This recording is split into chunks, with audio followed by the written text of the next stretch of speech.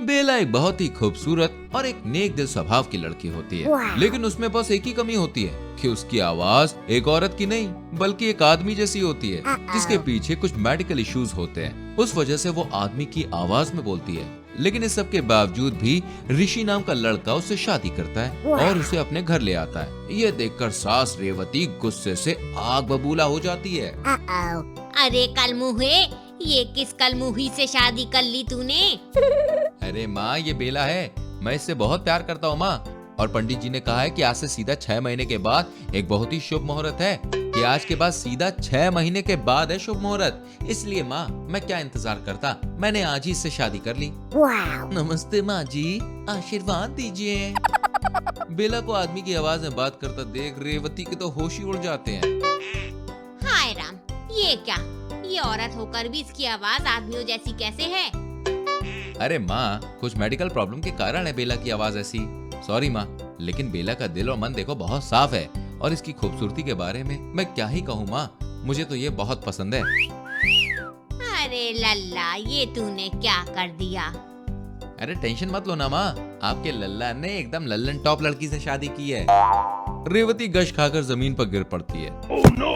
अगली सुबह जब पड़ोस की कमला चाची रेवती से मिलने आती है, तभी वो ऋषि के कमरे से कुछ सुनती है। अरे सुनो न जान, मैं तुमसे बहुत प्यार करता हूँ, आई लव यू। ऋषि, ये क्या कर रहे हो? कोई आ जाएगा। अरे दिन में ही रोमांस कर रहे हो तुम, हटो ना। अरे रोमांस करने का कोई टाइम थोड़ी ना होता है जान, और वैसे भी माँ तो बाजार गई हुई है, और पापा, अरे वो तो कब के स्वर्गवासी हो गए। Let's make this moment special जाने मन। कमला एकदम चौंक जाती है। हाँ दैया, ये क्या? ऋषि और ये कमरे में आदमी कौन है? बाप रे बाप। कमला दरवाजे को लात से धक्का मारकर खोलती है और तभी बेला और ऋषि को बेड पर रोमांस करते हुए देखती है, और बेला की मर्दानी आवाज सुन लेती है। हाँ दैया, ये ऋषि की दुल्हन, इसकी आवाज तो मर्दों जैसी है। ओ कमला, खबरदार, अगर मोहल्ले में रायता फैलाया इस बात का तो ये बात तेरे और मेरे बीच में ही रहने दे। रेवती बेला से बहुत परेशान हो जाती है। बेला जहाँ कहीं भी जाती है, चाहे बाजार हो या किसी पड़ोस का फंक्शन हो, उसकी मर्दानी आवाज को सुनकर सारे के सारे लोग चौंक जाते हैं और गश्त खाकर गिर पड़ते हैं। सभी उसका काफी मजाक भी उड़ाते हैं और उसकी बहुत निंदा भी करते हैं। अरे जी सुनिए, 2 किलो टमाटर और प्याज तो देना मुझे।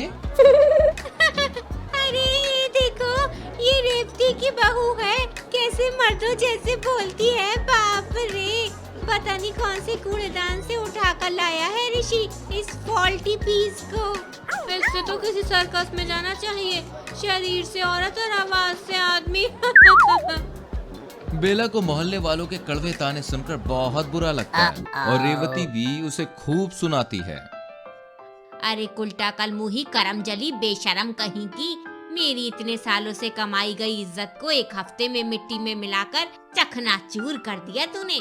किसी बदसूरत को उठा लाता तो भी चलता, लेकिन तुझ जैसी मर्दानी आवाज वाली को उठाकर ले आया मेरा लल्ला। पक्का कोई जादू टोना किया होगा उस पर तूने। अरे माँ जी, मेरी आवाज आदमियों जैसी है, उसमें मेरा क्या कसूर माँ जी? मैं ये सब जानबूझकर थोड़ी कर रही हूँ। चुप रह, अपना मर्दाना टेप शुरू मत कर।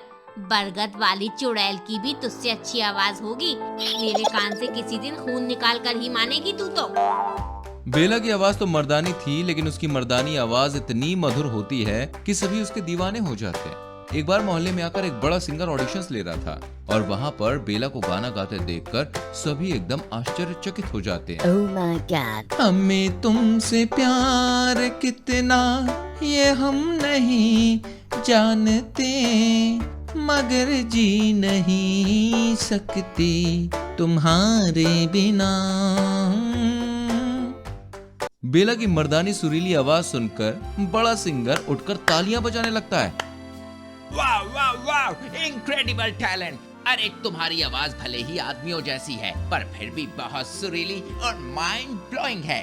अरे तुम्हें मैं अगली फिल्म में गाना गाने का मौका दूंगा। Wow. Thank you so much sir. Bela को एक बड़ी फिल्म में गाने का मौका मिल जाता है और वो फेमस हो जाती है और उसे बैक टू बैक फिल्मों में गाना गाने का मौका मिलता है। बड़े बड़े डायरेक्टर्स, प्रोड्यूसर्स उसे अप्रोच करते हैं कि वो उसकी मूवी में गाना गाए और बेला एक मशहूर गायिका बन जाती है। मोहल्ले में सभी बैंड बाजे के साथ उसके गले में पैसों का हार डालते हैं और उसका खूब मान सम्मान करते हैं। रेवती भी उसकी आरती उतारती है। बेला बहू, मैंने तुझे गलत समझा, लेकिन तू तो हीरा निकली, हीरा। I am proud of you my wifey. माफ कर दो बेटा, हमने तेरा बहुत अपमान किया है, लेकिन तूने आज ये साबित कर दिया कि कभी भी किसी की कमी को उसकी कमजोरी नहीं समझनी चाहिए, क्योंकि कभी कभी इंसान की कमियां ही उसे ऊंचाई तक ले जाती हैं। अरे बजाओ ढोल और डीजे, आज तो फाड़ी होगी, फाड़ी। रेवती खुशी से नाचने लगती है और मोहल्ले के सभी लोग नाचते हैं। ऋषि भी बेला को अपनी बाहों में उठाकर नाचता है और इस तरह बेला की जीत होती है।